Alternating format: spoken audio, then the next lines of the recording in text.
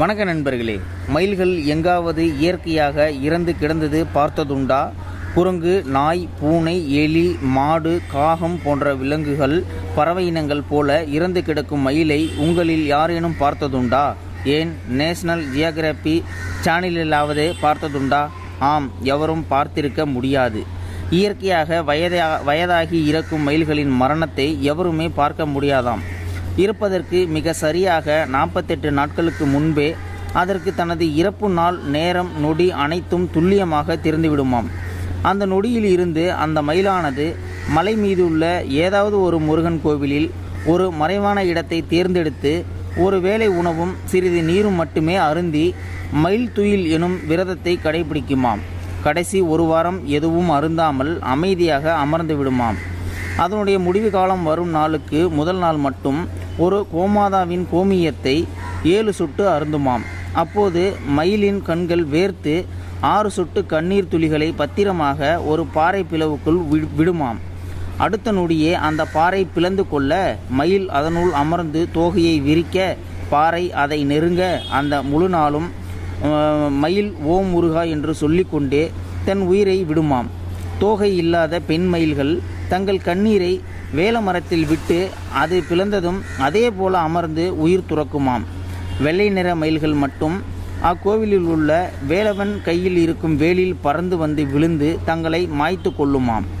அப்படி வேலில் இறக்கும் மயில்கள் அடுத்த நொடியே செவ்வரளி மலர் மாலையாக மாறி முருகனின் காலில் விழுமாம். இந்த அரிய உண்மைகளை எல்லாம் படிக்கும்போது 48 தினங்கள், ஒரு மண்டலம், 7 சொட்டு கோமியம், ஓம் சரவணபவா 7 எழுத்து, 6 சொட்டு கண்ணீர், அறுபடை வீடு, செவ்வரளி முருகனின் பூ, வேலமரம் வேலுண்டு வினையில்லை, வேலில் மரணம் யாமிருக்க பயமேன் என்பதை உணர்த்துகிறது அல்லவா? அதனால்தான் தெய்வ அம்சம் பொருந்திய மயில் முருகனுக்கு வாகனமாக மட்டுமின்றி நம் நாட்டு தேசிய பறவையாகவும் இருக்கிறது. இப்படி தனது மரண காலத்தில் கூட மிகவும் அமைதியாக எந்த உயிரினங்களுக்கும் இடையூறு செய்யாமல் முருகன் கோவிலிலேயே நோம்பிருந்து உயிர் துறக்கிறது மயில்கள்.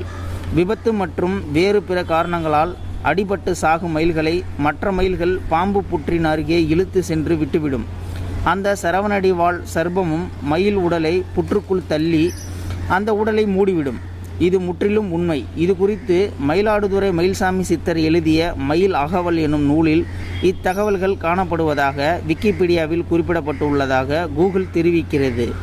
மயில்சாமி சித்தர் உச்சி வெயிலில் பழனி மலையுச்சி சென்று அங்கு மொட்டை பாறையில் தனது ஒற்றை காலில் நின்று கடும் தவம் இருந்து முருகனிடம் வேண்டி விரும்பி கேட்டுக்கொண்ட வரங்களில் மயில்கள் தாங்கள் இறக்கும் நிலையை அறிந்து நோம்பிருந்து இறக்க வேண்டும், அதன் உடல் பாகங்கள் யார் கண்ணிலும் படக்கூடாது என்பவையாகும்.